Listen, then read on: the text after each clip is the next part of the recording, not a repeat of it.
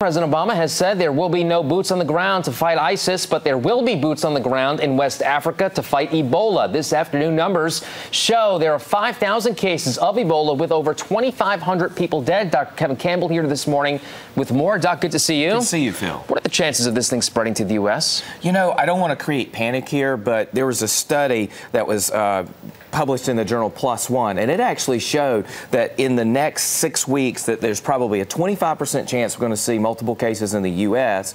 and about a 30% chance we'll see them in the U.K. So I do think we're going to see cases get here.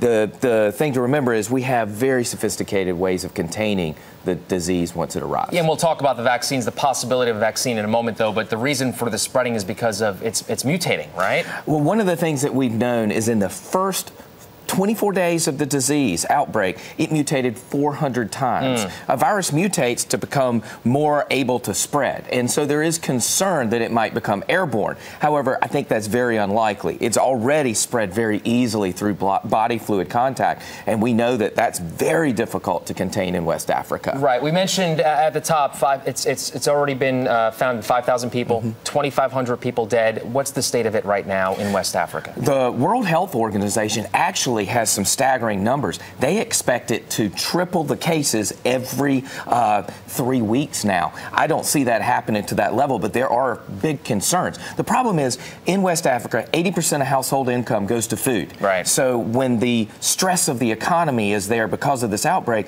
people start leaving the country illegally. Then you can't keep tabs on all these folks that are running all over Africa and then leaving to other places, leading to spread. And I think that's one big concern. You mentioned the possibility of a vaccine. Where are we on that? I know there are a couple of different companies working on one right now, right? There's a great study in Oxford University in England right now. They've got 80 volunteers that they're injecting with some virus that is dead, that can't hurt you, can't cause Ebola. And what they're doing is they're measuring their blood levels down the line to see if they have resistance to Ebola. If that happens, then I think you'll see quick clinical trials done, and then this vaccine, I would think, would be available in the next 6 to 12 months. That's the hope. Which would be huge. Yeah. But again, this is being done very, very quickly, and that's what's so important. Right. Fingers crossed. Dr. Kevin Campbell. Always good to see you, sir. Good to see you, Phil. Of course, if you have a question for Dr. Campbell, log on to our website, WNCN.com. Search links we mentioned. From there, you can find his website, or you can like his Facebook page and even ask him a question on Twitter.